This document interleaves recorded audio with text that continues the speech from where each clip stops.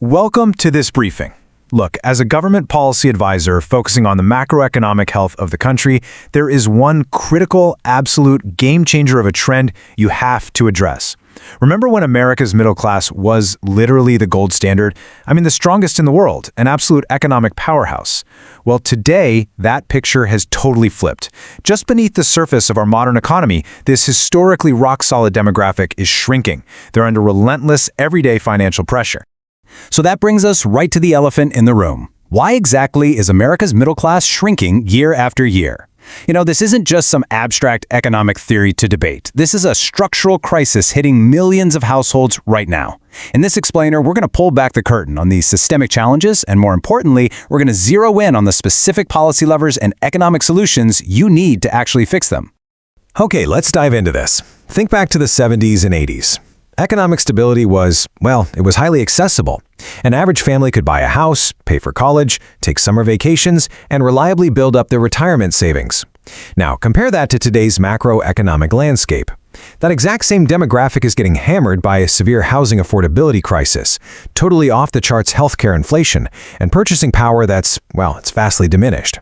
Wages are simply failing to keep up with core inflation.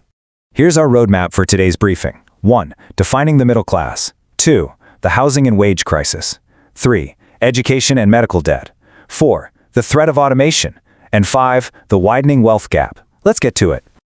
Section 1. Defining the middle class, the backbone of the economy.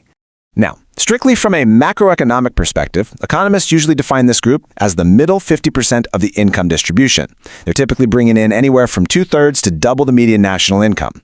We're talking about individuals who hold steady jobs, reliably pay their income and property taxes, and frankly, drive the vast bulk of all consumer spending. For decades, the sheer volume and purchasing power of this specific group was the absolute anchor of our nation's economic stability. Well, we have to connect the data to the real world, right? We're talking about teachers, nurses, engineers, police officers, and your local small business owners. These professions make up the core tax base that directly funds your local, state, and federal initiatives. So when these households face financial friction, it's not just a tough break for them individually, it's a shrinking tax base. It's a direct, systemic threat to government revenue and overall civic stability. Moving on to Section 2, the housing and wage crisis, the daily squeeze. Now, what's really interesting here is a very common talking point you'll hear in economic circles. Wages are increasing. And sure, nominal wages are indeed going up. But real wage growth? That tells a drastically different story. When you actually adjust for the consumer price index, the cost of absolute necessities, like groceries, utilities, insurance, is just skyrocketing past those paycheck bumps. For a policy advisor, fixing this means looking way beyond basic job creation. You have to surgically target the cost disease infecting these core foundational sectors. And because of this persistent, stubborn gap between nominal and real wages, the financial buffer for these families is just gone. Recent data shows that nearly 60% of Americans are now living paycheck to paycheck. 60%! And a huge chunk of those households have less than $1,000 in emergency savings. Salaries hit the bank account and literally vanish into fixed costs before the month even wraps up. Nowhere is this structural failure more blindingly obvious than in real estate. Decades ago, keeping a steady job pretty much reliably led to home ownership. Today, housing affordability indices in major hubs like New York, LA, San Francisco, and Miami are flashing bright red warning signs. Young Americans are entirely priced out. They're delaying independence, which severely cripples their ability to build generational wealth. As an advisor, this should signal an urgent, immediate need for supply-side interventions, massive zoning deregulation, and aggressive federal incentives for high-density development. All right, Section 3, Education and Medical Debt, the Structural Traps. We all know getting into the middle class usually requires a degree, right? But our higher education system is insanely expensive, and it operates like a massive debt engine. Students enter the system, they graduate saddled with tens of thousands in debt, and they hit the workforce already completely financially compromised. This is a massive drag on macroeconomic growth because it delays household formation and kills consumer spending. Policy interventions here? Well, you could look at targeted interest rate subsidies, heavily expanding Pell Grants, or even tying federal university funding directly to the actual economic outcomes of their graduates. And then, of course, we have the uniquely American trap of medical debt.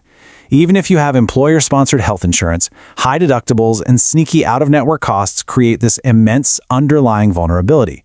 I mean, one single medical emergency can liquidate a decade of careful savings almost overnight. It's the absolute hallmark of a highly inefficient market.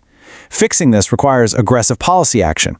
Think strict price transparency mandates across hospitals, hard caps on out-of-pocket prescription costs, or establishing a targeted public option to force some actual market competition.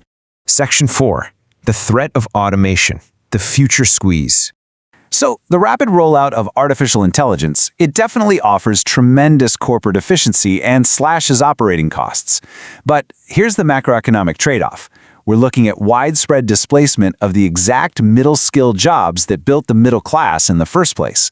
For policymakers, this means relying on traditional unemployment benefits is going to be completely insufficient for the coming decade. The government really needs to pivot toward aggressive state-sponsored reskilling initiatives, robust public-private vocational partnerships, and maybe even early-stage localized universal basic income pilots to absorb these massive labor market shocks. Section 5. The widening wealth gap. The macro result.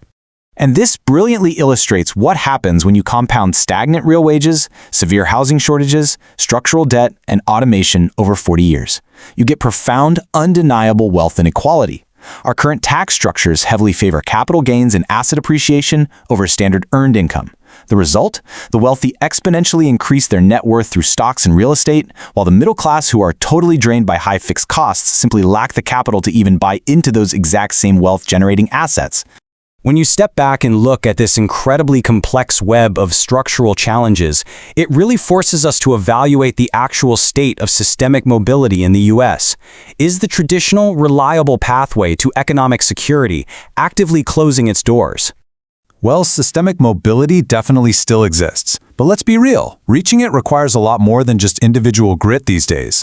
Building a strong middle class going forward relies entirely on targeted structural policy solutions from people like you. We absolutely need aggressive zoning reform to fix the housing supply. We need robust, heavily subsidized reskilling to outpace the AI wave. And we fundamentally have to overhaul healthcare pricing and student debt. Today, individual ambition strictly requires systemic support to actually succeed. So how our economy responds to these profound compounding challenges is going to determine not just the fate of the middle class, but the stability of our entire macroeconomic system. Can America's middle class actually become strong again?